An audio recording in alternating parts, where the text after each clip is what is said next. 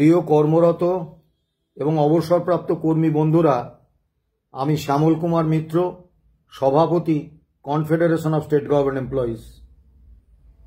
গত বেশ কয়েকদিন আপনাদের প্রচুর ফোন পাচ্ছি এবং সেই ফোনে মূলত আপনাদের একটা হতাশা ব্যক্ত করছেন। আপনারা আশঙ্কা প্রকাশ করছেন যে আদৌ সুপ্রিম কোর্টের রায়টা বেরোবে। যদি রায়টা বেরোয়, সরকার কি এই রায় মানবেন? তা আপনাদের এই উদ্বেগ, এই হতাশা স্বাভাবিক, কারণ 2016 সালে আমরা মামলা করেছিলাম। আজকে 10 বছর, এখনো মামলার অন্তিম রায় আমরা পাইনি। ল কমিশনের 120তম রিপোর্টে বলা হয়েছে প্রতি 1 লক্ষ জনসংখ্যায় বিচারপতি প্রয়োজন 50 জন, আছেন মাত্র 21 জন।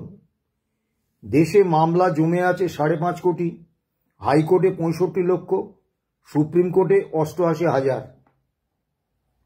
স্বাভাবিকভাবে মামলার চাপে এবং মাননীয় বিচারপতি এবং বিচারকদের এবং আদালত কর্মীদের যে ব্যাপক শূন্য পদ, তার ফলে কার্যত গোটা বিচার ব্যবস্থা একটা অচল অবস্থার দিকে চলে গেছে।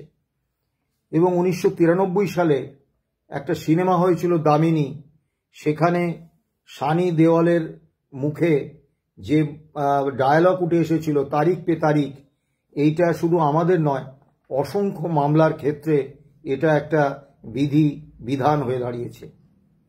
কিন্তু দেখুন, যখন আন্দোলনের মাধ্যমে দাবি আদায় আমরা করতে পারছি না, তখন স্বাভাবিকভাবে বিচার ব্যবস্থার উপর আমাদের ভরসা রাখতে হয় এবং বিচার ব্যবস্থার জন্য অপেক্ষা করতে হয়।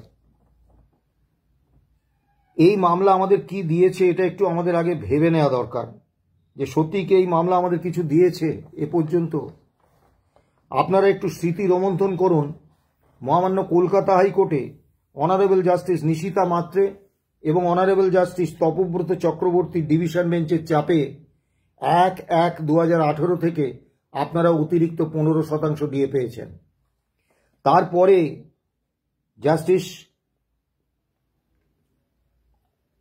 তপব্রত চক্রবর্তী এবং এ বেঞ্চে আপনারা অতিরিক্ত 25% ডিএ পেয়েছেন 1/1/2019-এ। অর্থাৎ কলকাতা হাইকোর্টের দুটো ডিভিশন বেঞ্চের চাপে আপনারা পুরনো বেতনক্রমের উপরে 40% ডিএ পেয়েছেন। 2022 সালে এই রায়, এই মামলা কলকাতা হাইকোর্টে সর্বসেরা মামলা হিসেবে গৃহীত হয়েছে। কাজেই এই মামলা আমাদের কিন্তু অনেক কিছু দিয়েছে এবং আগামী দিনেও দেবে।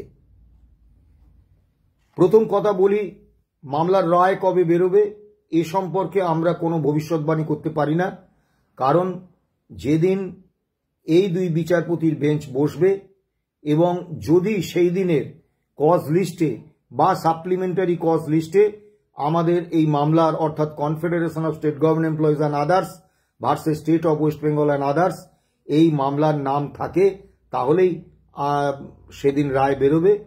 এর বাইরে আমাদের কিছু বলার জায়গায় আমরা নেই। দ্বিতীয় যে বিষয়টা, এই মামলার রায় বেরোবে, সেটা কি কর্মী পক্ষের পক্ষে যাবে?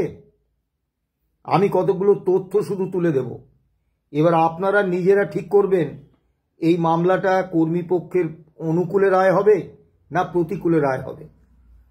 2022 সালের 28শে নভেম্বর মামলাটা গেল সুপ্রিম কোর্টে, অনারেবল জাস্টিস ঋষিকেশ রায়ের বেঞ্চে, এবং সেখানে একটা গুরুত্বপূর্ণ অবজারভেশন আমরা পেয়েছিলাম।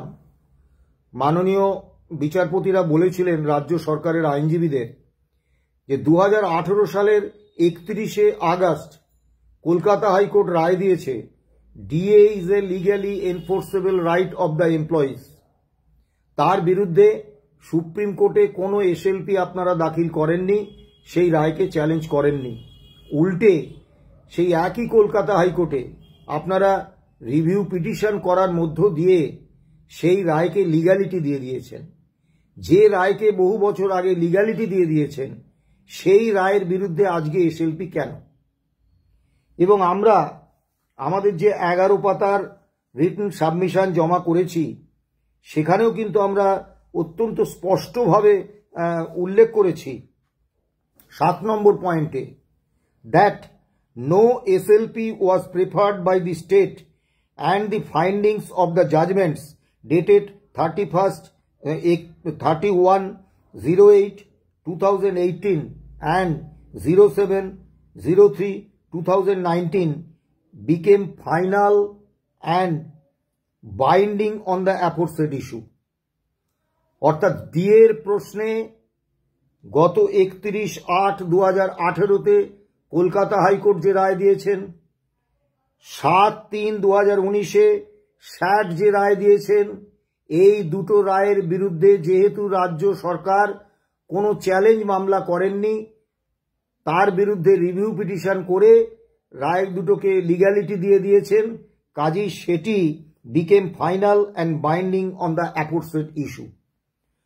অর্থাৎ প্রথমেই এই নিশ্চয়তাটা আমরা দিয়ে যেতে পারি, সুপ্রিম কোর্টের রায় যাই হোক, DA is a legally enforceable right of the employees, এই অর্ডার কিন্তু আমরা পেয়ে গেছি, এটা কিন্তু লিগ্যালিটি পেয়ে গেছে।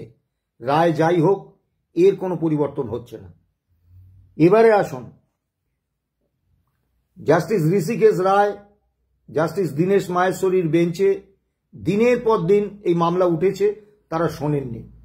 কেন শোনেননি সেটা আমরা জানি না, কিন্তু যখন জাস্টিস সঞ্জয় কারোল এবং জাস্টিস সন্দীপ মেহতার বেঞ্চে এই মামলাটা এলো, তারা কিন্তু অত্যন্ত গুরুত্ব দিয়ে মামলাটা শুনলেন এবং একটা ইন্টারিম অর্ডার ইস্যু করলেন। সেই ইন্টারিম অর্ডারের একটা অংশ আমি তুলে ধরছি, আপনাদের সুবিধে হবে। ইন্টারিম অর্ডারে তারা বললেন, we are of the considered view that the petitioner state should release at least 25% of the amount due and payable to all the employees in terms of the impugned judgment dated 20/05/2022 passed by the High Court at Calcutta in WPST number 102/2020 titled The State of West Bengal and Others versus Confederation of State Government Employees and Others, and order dated 22/09/2022 in can number 1/2022 within a period of 6 weeks from the day. এই নির্দেশের দুটো অংশ আপনারা খুব গুরুত্ব দিয়ে খেয়াল করুন।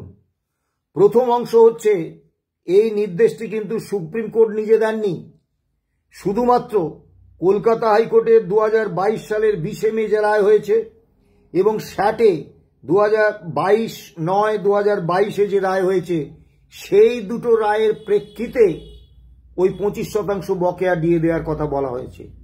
এবং কি বলেছেন, কয়েনেজটা কি শব্দের, due and payable, due and payable to all the employees. অর্থাৎ এই বকেয়া ডিএর টাকাটা, ডিউ মানে বকেয়া এবং পেয়েবল মানে দিতে হবে রাজ্য সরকারকে। এখানে কিন্তু আমরা স্বীকৃতিটা পেয়ে গেছি। তারপরে ওই অর্ডারেই বলা হয়েছে, however pending such consideration we are of the considered view that the employees need not be kept waiting endlessly to receive the money in question.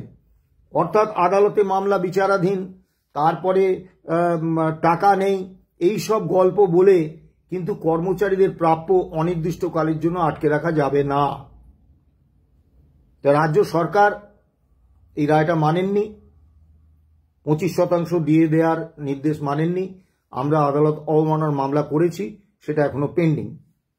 এবারে অনারেবল জাস্টিস সঞ্জয় কারোল এবং অনারেবল জাস্টিস পি.কে. মিশ্রর বেঞ্চে মামলাটা এলো এবং সুপ্রিম কোর্টে নজিরবিহীনভাবে 4/5/6/7 August 2025 ধারাবাহিকভাবে অন্য সমস্ত মামলা সরিয়ে রেখে এই মামলার শুনানি করলেন মাননীয় বিচারপতিরা। এবং সেই শুনানিতে মাননীয় বিচারপতিরা যা যা বলেছেন তার কয়েকটি আমি উল্লেখ করছি। Justice PK. মিশ্র পুরানো দিনে যারা টাকা ধার দিতেন সেই মহাজনদের মতো রাজ্য সরকার একদিকে টাকা বাঁচিয়ে অন্যদিকে কাজে লাগাচ্ছে। দিয়ে কোন সময় কত হারে দেয়া হবে তা ঠিক করার ক্ষেত্রে রাজ্য সরকার খেয়ালখুশি এবং নিজের ইচ্ছে মতো সিদ্ধান্ত নিয়েছে। জাস্টিস সঞ্জয় কারোল দিল্লি চেন্নাই যে ভিন্ন হারে ডিএ দেয়া হয় সেই প্রসঙ্গ উল্লেখ করে বলেছেন, সেদিক থেকে বিচার করলে রাজ্যের এই পদক্ষেপ আরবিট্রারি বা স্বেচ্ছাচারিতা বলে গণ্য হতে পারে। Justice PK. মিশ্র রাজ্য সরকার তাদের খেয়াল খুশি মতো দিয়ে থাকলে তা হতে পারে না। মেথড তো একই, মেথড মানে ডিএ নির্ধারণের, অর্থাৎ all India consumer price index. এরা পুরনো দিনের সুদের কারবারিদের মতো টাকা বাঁচিয়ে অন্য কাজে লাগাচ্ছে। জাস্টিস সঞ্জয় কারোল এআইসিপিআই রাজ্য সরকারের কর্মীদের ক্ষেত্রে প্রযোজ্য হবে কিনা এটাই এই মামলার কোর ইস্যু, অর্থাৎ DA is a legally enforceable right of the employees, এটা কিন্তু কোর ইস্যু নয়। এরপরে আসুন, জাস্টিস পি.কে. মিশ্র কপিল সিব্বালকে বলছেন, আপনি রাজ্য সরকারকে কেন বলছেন না যে আপাতত মোট বকেয়া ডিএ 25% দিয়ে দেওয়া হোক? আপনারা টাকা দেওয়ার জন্য একটা পরিমাণ স্থির করুন, দিয়ে দিন সেই টাকা, তারপর মামলার নিষ্পত্তি হোক, তখন দেখা যাবে আমরা তো কেউ পালিয়ে যাচ্ছি না। কপিল সিব্বাল আদালতকে বলেছিলেন যে আদালত রাজ্য সরকারকে এই নির্দেশ দিতে পারে না রাজ্য সরকার কত হারে কখন কিভাবে দিয়ে দেবেন। তার উত্তরে জাস্টিস সঞ্জয় কারোল অত্যন্ত কঠোরভাবে বলেছিলেন, মিস্টার সিব্বাল, আদালত সংবিধানের 142 নম্বর ধারার বলে রাজ্যকে নির্দেশ দিতেই পারে। জাস্টিস সঞ্জয় কারোল সরকারি কর্মীদের আর্থিক অবস্থার কথাও ভাবতে হবে, মাথায় রাখতে হবে রাজ্যে আর্থিক জরুরি অবস্থা জারি হয়নি। জাস্টিস মিশ্র রাজ্য সরকার বিভ্রান্তি তৈরি করে তার সুযোগ নেওয়ার চেষ্টা করছে, এরা নিজেরাই সমস্যা তৈরি করছে, সেই সমস্যার সুবিধে নেওয়ার চেষ্টা করছে। শ্যাম দেওয়ান রাজ্য সরকারের আইনজীবী বিচারপতিদের বলেছিলেন যে তারা নাকি ডিএ সম্পর্কে একটা ধারণা তৈরি করে দিচ্ছেন। শ্যাম দেওয়ানকে জাস্টিস মিশ্র বললেন, আমরা কোনো ধারণা তৈরি করিনি, আপনি বলেছিলেন রোপার ভিত্তিতে ডিএ দেয়া হবে, আপনি বলেছিলেন বকেয়া ডিএও দেয়া হবে, আপনাকে রুল মানতে হবে, অর্থাৎ রোপা 2009 মানতে হবে। এরপরে আসুন জাস্টিস কারোল, আপনি কি বলতে চাইছেন রাজ্য সরকারের আইনজীবীদের, আপনি কি বলতে চাইছেন যে রোপা রুল ডিএর জন্য বাধ্যতামূলক নয়? তাহলে রোপার ভূমিকা কি? সরকারি কর্মচারীদের এন্টাইটেলমেন্ট তো রোপার থেকেই আসবে, তাই না? আপনাদের বক্তব্য আমাদের মনে প্রশ্ন জাগাচ্ছে। আরো অনেক অবজারভেশন আছে, আমি সেগুলো আর উল্লেখ করলাম না। তা স্বাভাবিকভাবে বিচারপতিদের এই মন্তব্য থেকে এটা কিন্তু স্পষ্ট যে মামলার বিষয়বস্তু সম্পর্কে তারা যেমন ওয়াকিবহাল, ঠিক একই রকমভাবে কর্মীপক্ষের দাবির প্রতি কিন্তু তারা যে যুক্তিসঙ্গত কর্মীপক্ষের দাবি, এটা কিন্তু তারা মান্যতা দিচ্ছেন। এবারে আসুন, সুপ্রিম কোর্টে রাজ্য সরকারের পক্ষ থেকে কপিল সিব্বাল দুটি প্রয়াস নিয়েছিলেন। একটি প্রয়াস হচ্ছে অন্যান্য সমস্ত রাজ্য সরকারগুলোতে এই মামলায় যুক্ত করা, বলেছিলেন এই মামলার একটা প্যান ইন্ডিয়ান প্রভাব আছে, কাজেই 28টা রাজ্য সরকারকে এই মামলায় যুক্ত করা হোক।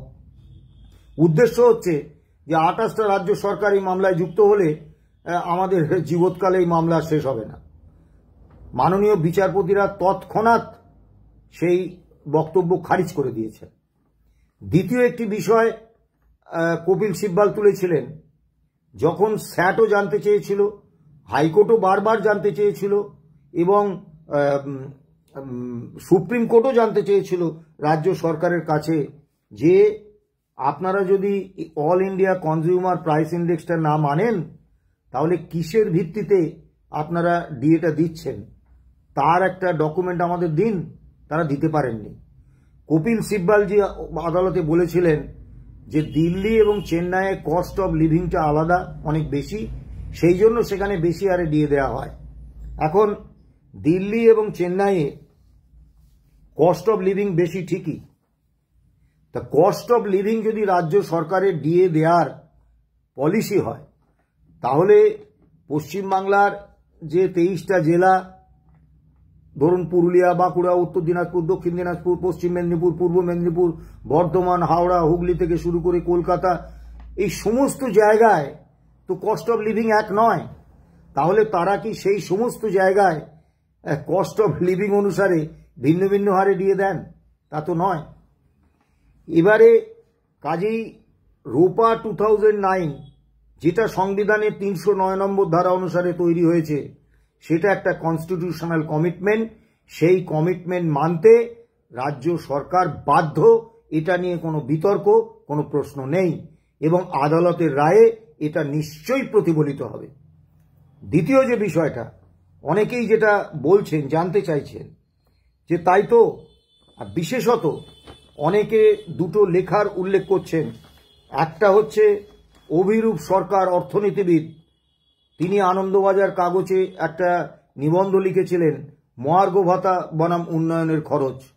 সেখানে তিনি বলেছিলেন যে এই ডিএর টাকায় রাজ্য সরকার উন্নয়নের কাজ করছে, তা রাজ্য সরকারি কর্মীরা রাজ্যের বৃহত্তর স্বার্থে, রাজ্যের মানুষের কল্যাণে একটু ত্যাগ স্বীকার করতে পারবেন না? এবং তিনি এটা যে অধিকার নয় তার সপক্ষে সওয়াল করেছিলেন, এবং সওয়াল করেছিলেন রাজ্য সরকারের কি ভয়ঙ্কর আর্থিক সংকট। তারপরে অতি সম্প্রতি অশোক কুমার লাহিড়ী, বিজেপি বিধায়ক, তিনি তার একটি লেখা আনন্দবাজার পত্রিকায় প্রকাশ হয়। বকেয়া মহার্ঘ ভাতা দেওয়ার টাকা রাজ্য সরকার পাবে কোথায়? মহার্ঘ ভাতা কি অধিকার? এটা 10ই জুন 2025 বেরিয়েছে। এখন এই লেখাগুলো, এর যে তথ্য পরিসংখ্যান দিয়ে এই অভিরূপ সরকার, এই অশোক কুমার লাহিড়ী, এরা এটাই প্রতিষ্ঠা করতে চেয়েছেন যে রাজ্য সরকারের আর্থিক অবস্থাটা এতটাই সঙ্গীন যে সুপ্রিম কোর্ট যদি রায় দেয়ও, তাহলেও তারা রাজ্য সরকার এই রায় মানার মতো আর্থিক অবস্থাতে নেই। দ্বিতীয়ত, দুজনেই সওয়াল করেছেন যে রাজ্যের বৃহত্তর স্বার্থে, অর্থাৎ গরিব মানুষের কল্যাণে, রাজ্য কর্মীরা যদি ডিএ না নিয়ে সেই ডিএর টাকায় রাজ্যের উন্নয়ন হয়, এইটুকু ত্যাগ স্বীকার করতে পারবেন না? এখন ত্যাগ স্বীকারটা অভিরূপ সরকার বলছেন তিনি কেন্দ্রীয় সরকারি সংস্থার কর্মী হিসেবে এআইসিপিআই মেনে প্রতি মাসে বেতনের সঙ্গে ডিএটা তুলে যাচ্ছেন, আর রাজ্যের কর্মীদের উপদেশ দিচ্ছেন আপনারা ডিএটা না নিয়ে একটু ত্যাগ স্বীকার করুন রাজ্যের মানুষের স্বার্থে। এইসব নির্লজ্জ মানুষদের কি বলবো। সমস্যা হচ্ছে আনন্দবাজার পত্রিকায় যেদিন যেদিন এই লেখা দুটো বেরিয়েছে, তার ঠিক পরদিনই আমরা তথ্য পরিসংখ্যান দিয়ে এই লেখার প্রতিবাদে একটি করে লেখা আমরা কিন্তু পাঠিয়েছি আনন্দবাজারে।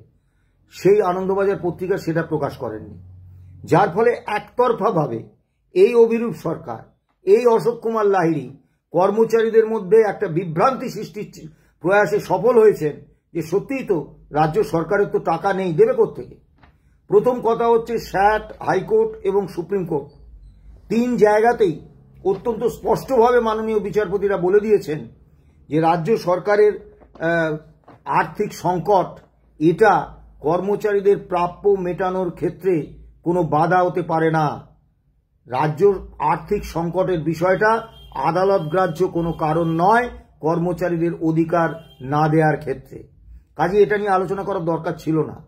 তবুও কর্মচারীরা এতটাই উদ্বিগ্ন, তাদের জন্য আমি একটা তথ্য তুলে ধরছি। 2011-12 থেকে 2021-22 অর্থবর্ষ পর্যন্ত এই রাজ্য সরকার যে পেনশন এবং বেতন ও ভাতা খাতে যে বরাদ্দ করেছিলেন, তার মধ্যে 25,262 কোটি টাকা রাজ্য সরকার খরচ করেননি।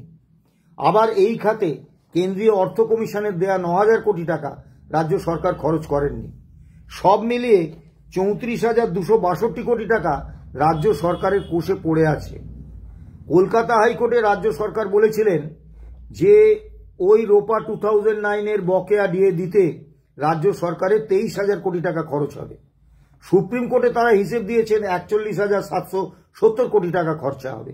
অর্থাৎ কলকাতা থেকে 1500 কিলোমিটার দূরে দিল্লিতে গিয়ে খরচটা বেড়ে গেছে। যাই হোক, আমি ওই 41,770 কোটি টাকাই ধরছি। তাহলে তার 88% টাকা তো রাজকোষে পড়ে রয়েছে। তাহলে কেন রাজ্য সরকার দেবেন না? বা কোথায় রাজ্য সরকারের আর্থিক সংকট? দ্বিতীয় একটি উদাহরণ দিই। 2016-17 থেকে 2020-21 পর্যন্ত এনজিওগুলোকে রাজ্য সরকার 1,17,676 কোটি টাকার অনুদান দিয়েছেন। এনজিওগুলো সবই শাসক দলের নেতা, মন্ত্রী, বিধায়ক, সাংসদ তাদের দ্বারা পরিচালিত। এবং মজার ব্যাপার হচ্ছে, এই এনজিওগুলোকে সরকার অনুদান দিলে সেই অনুদান তারা কি খাতে খরচ করেছেন? জুয়া খেলেছেন, না মদ খেয়েছেন, না বেলেল্লাপনে করে খরচ করেছেন, কি জনস্বার্থে খরচা করেছেন, এটা জানার অধিকার, আইনি অধিকার রাজ্য সরকারের নেই। এর কোনো রাজ্য সরকার অডিট করতে পারেন না, এর কোনো সিএজি অডিট হয় না।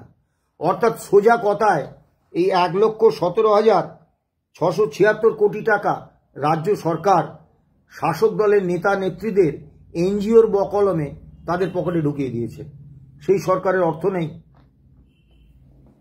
জুন 2011 থেকে জুলাই 2024 পর্যন্ত 2,19,107.25 কোটি টাকা, 2,19,107.25 কোটি টাকা রাজ্য সরকার সাশ্রয় করেছেন কর্মচারীদের ডিএ, অবসরপ্রাপ্তদের ডিয়ারনেস রিলিফ না দিয়ে।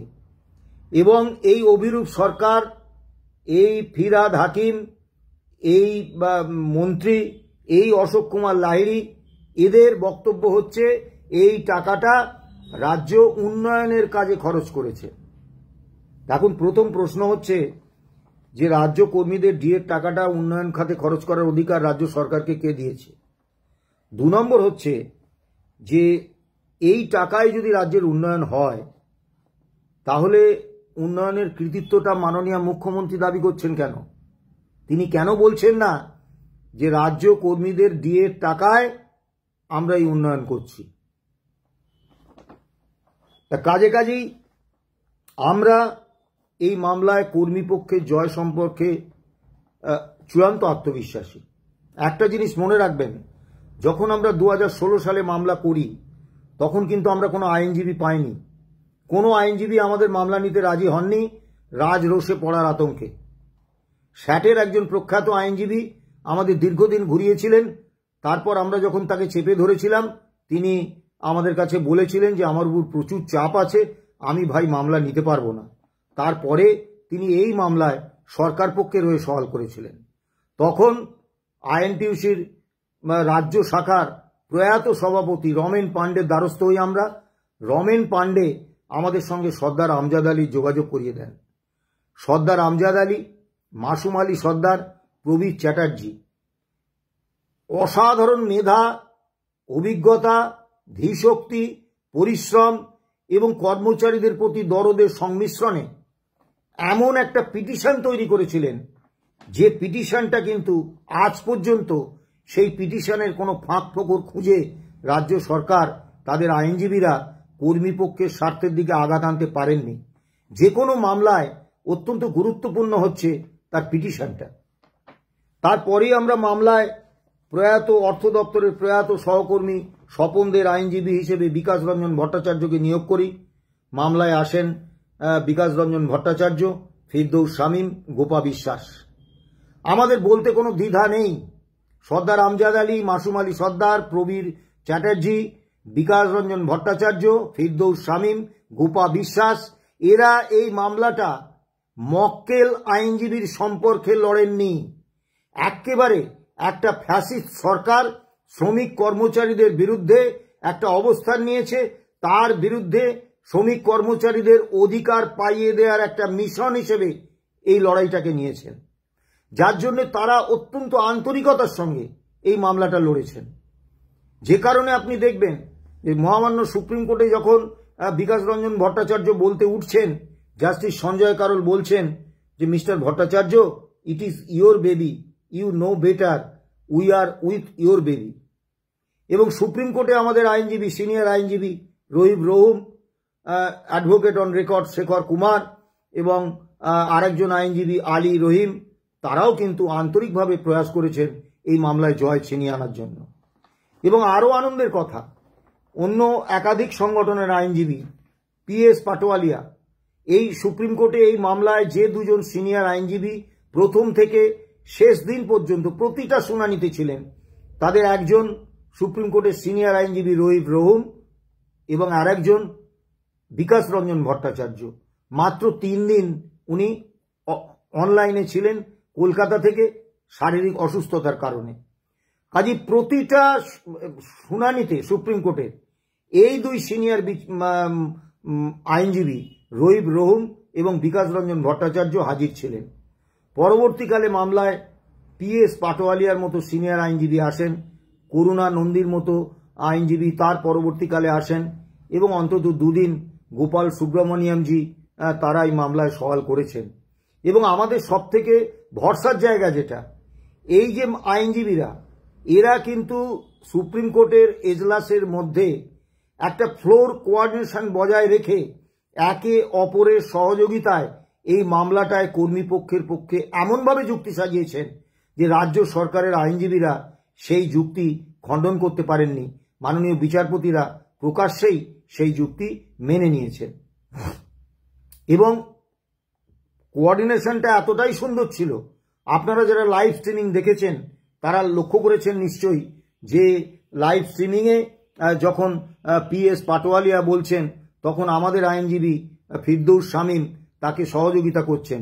আবার যখন গোপাল সুব্রমণিয়ামজি বলছেন তিনি 2 দিন সওয়াল করেছেন, তার মূল্যবান সওয়াল রেখেছেন, যখন সওয়াল করছেন তখন আমাদের আইনজীবী ফিরদৌস শামীম তাকে কাগজ এগিয়ে দিচ্ছেন, তাকে সহযোগিতা করছেন।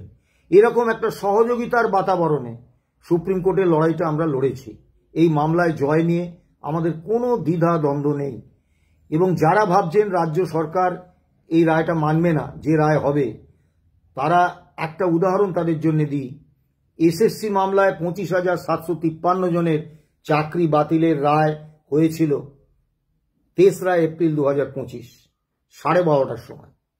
বেলা 3টের সময় পশ্চিমবঙ্গের সরকার SSCর মাধ্যমে নির্দেশ জারি করে দিয়েছিল যে সুপ্রিম কোর্টের নির্দেশ মেনে নতুন করে পরীক্ষা প্রস্তুতির কাজটা সেই দিন থেকেই শুরু করে দিয়েছিল। 12:30টায় রায়, বেলা 3টের সময় রায় কার্যকর। অর্থাৎ সুপ্রিম কোর্ট দেশের সর্বোচ্চ ন্যায়ালয়, তার নির্দেশ মানব না এই ঔদ্ধত্য কিন্তু দেখানো যায় না। আপনারা হয়তো ভাববেন যে ওই ইন্টারিম অর্ডারে 25% দিয়ে তো দেয়নি, সে অর্ডার তো মানেনি। কিন্তু একটা জিনিস মাথায় রাখতে হবে, যখন মূল মামলার শুনানি শুরু হয়ে গেছে তখন সম্ভবত ইন্টারিম অর্ডারের সেই রকম কোনো গুরুত্ব থাকেনি বা থাকছে না। কাজে আপনাদের বারবার বলবো, আপনারা হতাশ হবেন না। দীর্ঘ 10 বছর ধরে আমাদের সঙ্গে আছেন, আমাদের আস্থা জুগিয়েছেন, ভরসা জুগিয়েছেন, আমাদের বিশ্বাস করেছেন এবং মামলা সম্পর্কে আমরা যা যা সিদ্ধান্ত নিয়েছি সেগুলোকে সমর্থন করেছেন। আর কিছুদিন দেখুন, অবশ্যই মামলার রায় বেরোবে এবং সেই রায়ে কর্মীপক্ষের জয় যে হবে এ সম্পর্কে আমাদের কোনো দ্বিধা দ্বন্দ্ব সংশয় নেই। আজকে 40% ডিএ বকেয়া, কেন্দ্রীয় সরকার এবং অন্য বেশিরভাগ রাজ্য সরকারি কর্মচারীরা তারা 58% ডিএ পাচ্ছেন, আর আমরা 18%। সারা ভারতবর্ষে সব থেকে কম। নতুন বেতন কমিশন গঠন করতে গেলে 10 বছর বেতন কমিশনের কার্যকাল থাকে। কাজেই নিয়ম হচ্ছে 20 কিস্তি দিয়ে, বছরে 2বার করে 20 কিস্তি দিয়ে 10 বছরে দেয়া হলে তারপরেই বেতন কমিশন গঠিত হয়। তা আজকে আমাদের 18% দিয়ে অন্যান্য কেন্দ্র সরকার এবং অন্যান্য রাজ্য সরকারের এই 20 কিস্তি দিয়ে দেওয়া হয়ে গেছে। তারা 1/1/2026 থেকে তাদের রায় কার্যকর করবেন। কিন্তু আজও আমরা 18% ডিএতে পড়ে রয়েছি, 40% ডিএ বকেয়া। কাজেই পে কমিশন গঠনও এখনই সম্ভব নয়। 4 বছরের এরিয়ারের টাকা রাজ্য সরকার বর্ধিত বেতনের এই 6 পে কমিশনের তারা আমাদের থেকে কেড়ে নিয়েছে। পরিশেষে আরেকটি বিষয় বলবো, অনেকেই যেটা নিয়ে ফোন করছেন, যে কোনো এক বিজেপির মুখপাত্র তিনি বলেছেন বিকাশ রঞ্জন ভট্টাচার্য রাজ্য সরকারের সঙ্গে সেটিং করে মামলাটার শুনানি পিছিয়ে দিয়েছেন। এখন এ বিষয়ে বলাটা একটু আমার রুচিতে বাঁধে।